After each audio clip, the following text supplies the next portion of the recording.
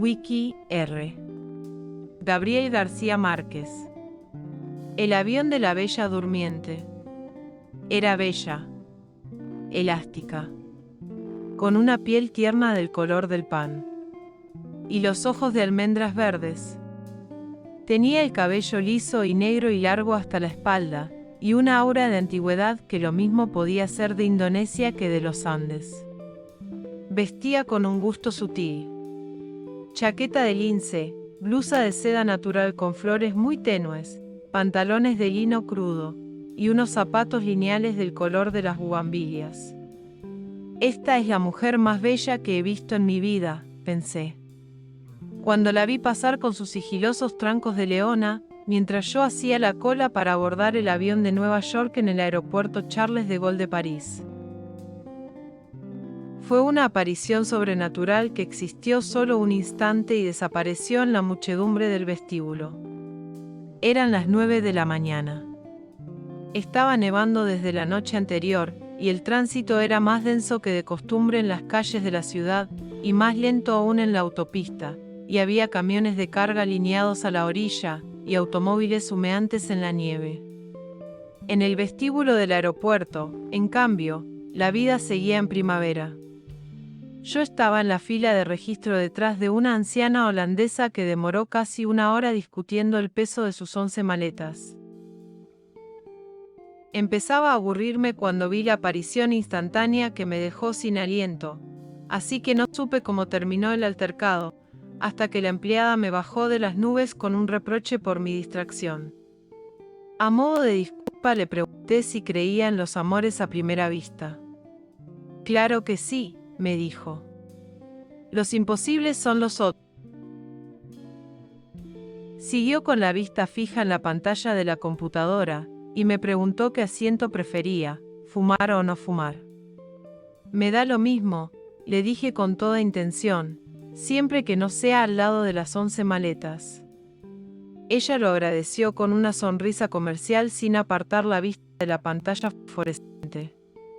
Escoja un número, me dijo, 3, 4 o 7. 4. Su sonrisa tuvo un destello triunfal. En 15 años que llevo aquí, dije primero que no escoge el 7.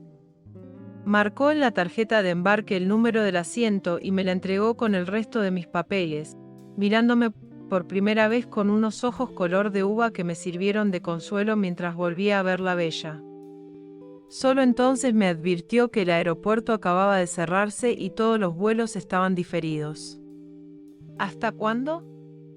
Hasta que Dios quiera, dijo con su sonrisa. La radio anunció esta mañana que será la nevada más grande del año. Se equivocó, fue la más grande del siglo. Pero en la sala de espera de la primera clase la primavera era tan real que había rosas vivas en los floreros y hasta la música enlatada parecía tan sublime y sedante como lo pretendían sus creadores. De pronto se me ocurrió que aquel era un refugio adecuado para la bella, y la busqué en los otros salones, estremecido por mi propia audacia.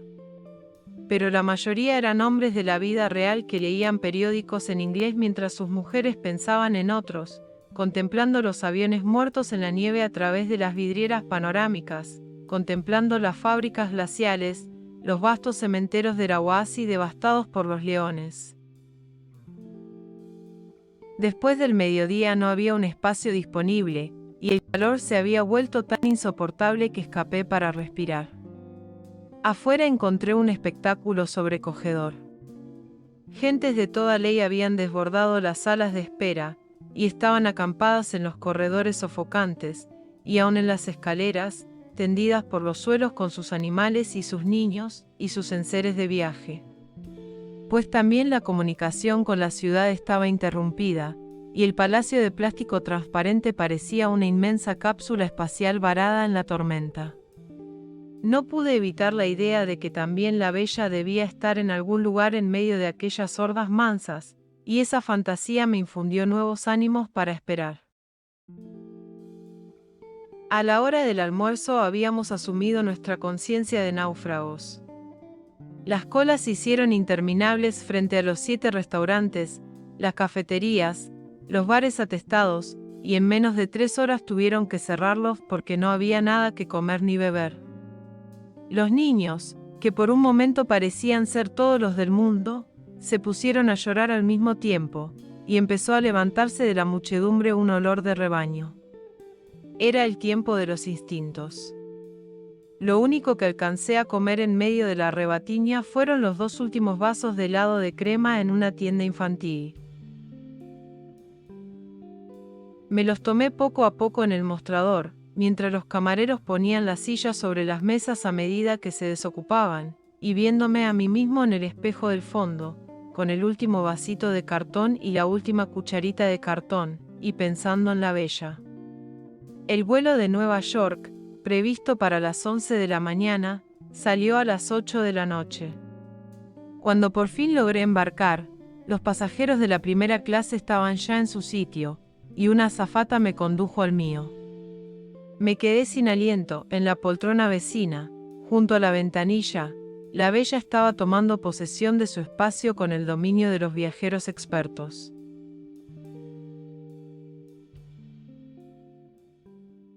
Si alguna vez escribiera esto, nadie me lo creería, pensé. Y apenas si intenté en mi media lengua un saludo indeciso que ella no percibió. Se instaló como para vivir muchos años, poniendo cada cosa en su sitio y en su orden, hasta que el lugar quedó tan bien dispuesto como la casa ideal donde todo estaba al alcance de la mano. Mientras lo hacía, el sobrecargo nos llevó la champaña de bienvenida. Cogí una copa para ofrecérsela a ella, pero me arrepentí a tiempo. Pues solo quiso un vaso de agua, y le pidió al sobrecargo, primero en un francés inaccesible y luego en un inglés apenas más fácil, que no la despertara por ningún motivo durante el vuelo. Su voz grave y tibia arrastraba una tristeza oriental. Cuando le llevaron el agua, abrió sobre las rodillas un cofre de tocador con esquinas de cobre, como los baúles de las abuelas, y sacó 2 pastillas doradas de un estuche donde llevaba otras de colores diversos. Hacía todo de un modo metódico y parsimonioso, como si no hubiera nada que no estuviera previsto para ella desde su nacimiento. Por último bajó la cortina de la ventana, extendió la poltrona al máximo, se cubrió con la manta hasta la cintura sin quitarse los zapatos, se puso el antifaz de dormir, se acostó de medio lado en la poltrona, de espaldas a mí y durmió sin una sola pausa, sin un suspiro, sin un cambio mínimo de posición, durante las 8 horas eternas y los 12 minutos de sobra que duró el vuelo a New York. Fue un viaje intenso. Siempre he creído que no hay nada más hermoso en la naturaleza que una mujer hermosa, de modo que me fue imposible escapar ni un instante el hechizo de aquella criatura de fábula que dormía a mi lado. El sobrecargo había desaparecido tan pronto como despegamos, y fue reemplazado por una azafata cartesiana que trató de despertar a la bella para darle el estuche de tocador y los auriculares para la música. Le repetí la advertencia que ella le había hecho al sobrecargo, pero la azafata insistió para oír de ella misma que tampoco quería cenar. Tuvo que confirmárselo el sobrecargo, y aún así me reprendió porque la bella no se hubiera colgado en el cuello el cartoncito con la orden de no despertarla. Hice una cena solitaria, diciéndome en silencio todo lo que le hubiera dicho a ella si hubiera estado despierta. Su sueño era tan estable, que en cierto momento tuve la inquietud de que las pastillas que se había tomado no fueran para dormir sino para morir. Antes de cada trago, levantaba la copa y brindaba. A tu salud, bella. Terminada la cena apagaron las luces, dieron la película para nadie, y los dos quedamos solos en la penumbra del mundo.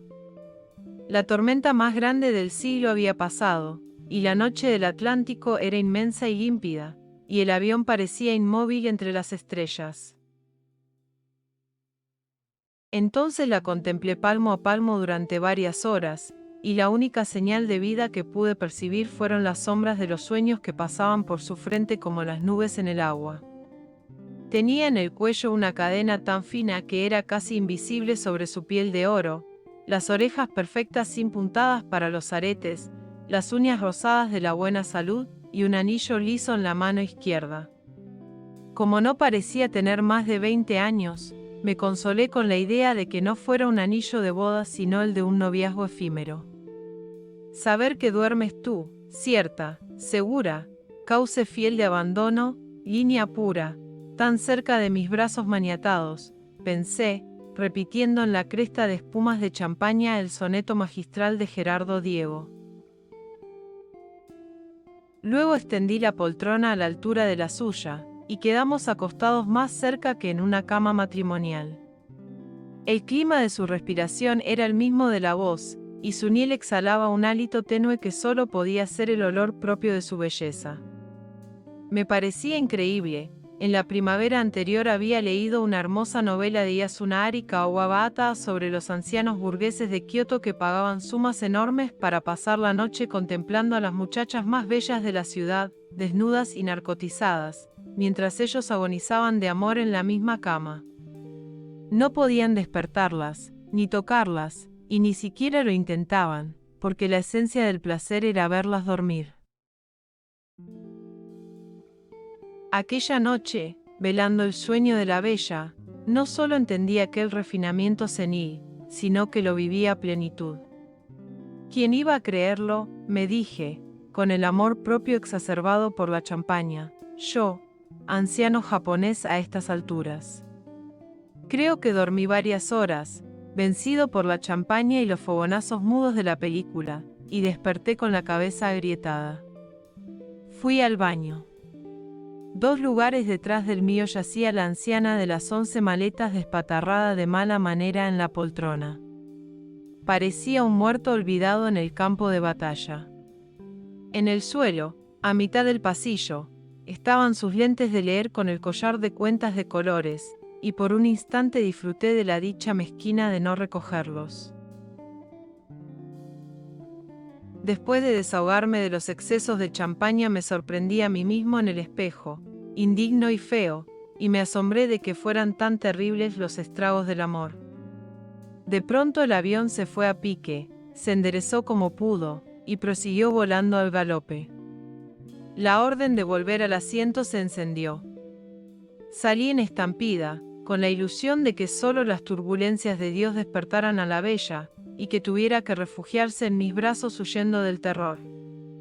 En la prisa estuve a punto de pisar los lentes de la holandesa, y me hubiera alegrado. Pero volví sobre mis pasos, los recogí, y se los puse en el regazo, agradecido de pronto de que no hubiera escogido antes que yo el asiento número 4. El sueño de la bella era invencible. Cuando el avión se estabilizó, tuve que resistir la tentación de sacudirla con cualquier pretexto, porque lo único que deseaba en aquella última hora de vuelo era verla despierta, aunque fuera enfurecida, para que yo pudiera recobrar mi libertad, y tal vez mi juventud. Pero no fui capaz. Carajo, me dije, con un gran desprecio. ¿Por qué no nací Tauro? Despertó sin ayuda en el instante en que se encendieron los anuncios del aterrizaje, y estaba tan bella y lozana como si hubiera dormido en un rosal.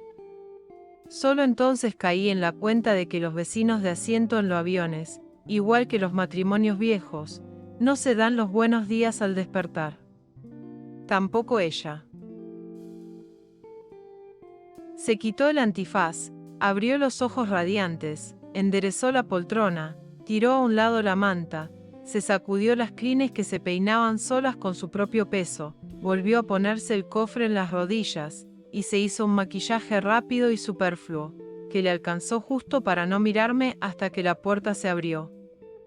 Entonces se puso la chaqueta de lince, pasó casi por encima de mí con una disculpa convencional en castellano puro de las Américas, y se fue sin despedirse siquiera, sin agradecerme al menos lo mucho que hice por nuestra noche feliz, y desapareció hasta el sol de hoy en la Amazonia de Nueva York.